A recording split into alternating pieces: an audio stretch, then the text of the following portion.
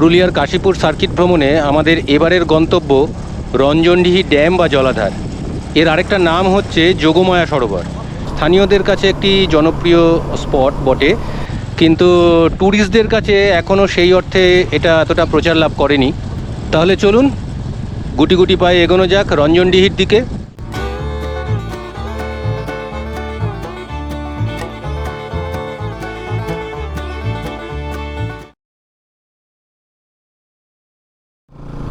এখন আমরা যাচ্ছি রঞ্জনডি ড্যাম দেখতে। এটা কাশীপুর ব্লকের মধ্যেই পড়ে।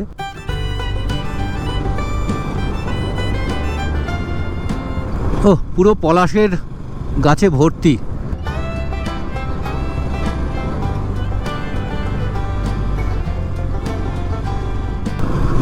স্বর্ণলতা হয়ে রয়েছে,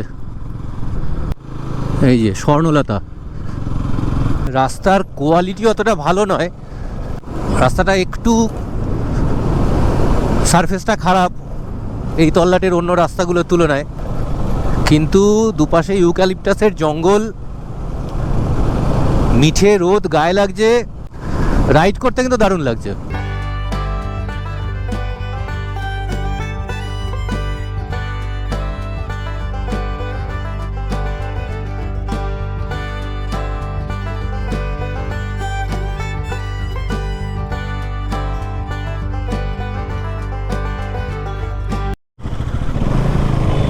এসে গেছি জায়গা মতন, পুরো মেলা বসে গেছে। কিন্তু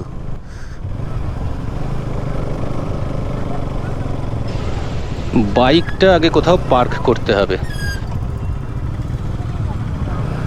আজকে এখানে প্রচুর ভিড়। কাছে পিঠের লোকজনেরা তো বটেই, একটু দূর থেকেও লোকজন আসেন এখানে পিকনিক করবার জন্য। দেখতেই পাচ্ছেন কত গাড়ি, বাস করে লোকজন এসছেন। আসলে শীতকালে ছুটির দিনে এটা একটা জনপ্রিয় পিকনিক স্পট।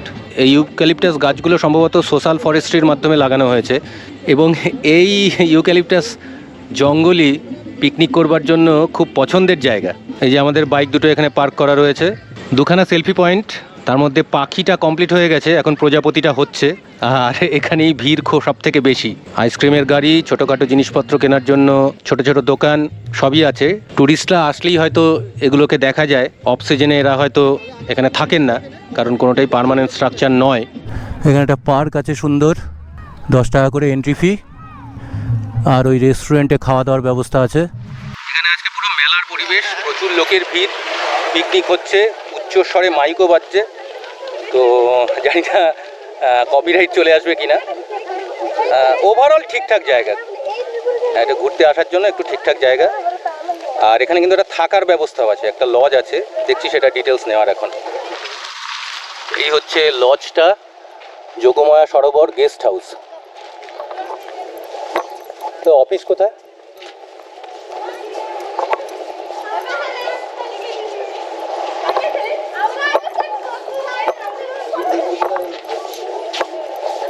এখানে কি থাকার ব্যবস্থা আছে?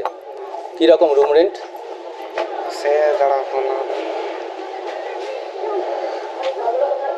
খাবার দাবার পাওয়া যায় এখানে? খাওয়া দাওয়া ওখানে খেতে হবে, কিন্তু থাকা যাবে এখানে। মোটামুটি একটা আইডিয়া বলো, আমরা থাকবো না, জাস্ট ইনফরমেশনের জন্য। 1500 একটা আছে। হ্যাঁ, আর কত হলো ডবা? এই বড় হল রুমটা কত? 5000 টাকা। কজন থাকতে পারে সেটা? 10 জন। আচ্ছা, 10টা কার্ড টার্ড আছে কোনো? কার্ড আছে। কার্ড দিয়ে দাও একটা কার্ড দিবে তো। আমার নাম্বারটা দিয়ে নাম্বারটা নাও। বলো, নাম্বার বলো। 62 94 19 54 08। জলাধারের একদম গা ঘেঁষেই এই লজটা। কোথাও বেরোতে ইচ্ছে না করলে ঘরে বসেই সারাক্ষণ কিন্তু জল আর ইউক্যালিপটাসের জঙ্গল দেখা যাবে। বোটিংয়ের জন্য কি এখানে যোগাযোগ করতে হয়? আর টিকিট করতে? টিকিট কত? টিকিট বোটিং হচ্ছে 240 টাকায় 4 জন, মানে 60 টাকা পার হেড। কতক্ষণ করা যাবে? 20 মিনিট। 20 মিনিট। আচ্ছা। আর নৌকোতে হচ্ছে 40 টাকা পার হেড। নৌকো আর বোট আলাদা মানে? হ্যাঁ, নৌকো।